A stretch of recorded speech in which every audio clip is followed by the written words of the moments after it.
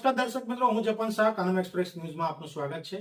જોઈએ આજના મુખ્ય અને મહત્વના સમાચાર. ભાવનગર સોમનાથ નેશનલ હાઈવે 51 પર અકસ્માત સર્જાયો. મહુવા નેશનલ હાઈવે ઉમણિયાવદર નજીક કાર અને ટ્રક વચ્ચે અકસ્માત સર્જાયો હતો.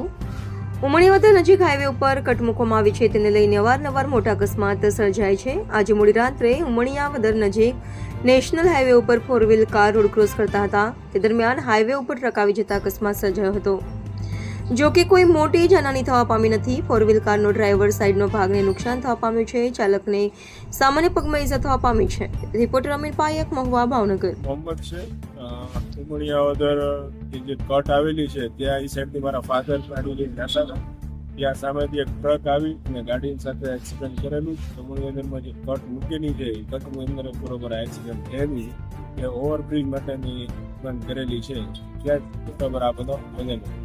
આમાં કેટલા વ્યક્તિને ઈજા પહોંચી છે? સિંગલ વ્યક્તિને જે ડ્રાઇવિંગ કરતા હતા મારા ફાધર એમને ઈજા પહોંચી છે. પગમાં ભાગમાં સામાન્ય વધેલું છે. ગાડીનો ડ્રાઈવર સાઈડની ભાગ છે. ગાડીમાં કેટલું નુકસાન પહોંચ્યું છે? ગાડીમાં તો નુકસાન થયું છે. ડ્રાઈવર સાઈડનો જે આખો ભાગ આવે છે એ આખો ડેમેજ થઈ ગયેલો છે. વ્યક્તિને પણ સામાન્ય ઈજા પહોંચે છે. ઓકે.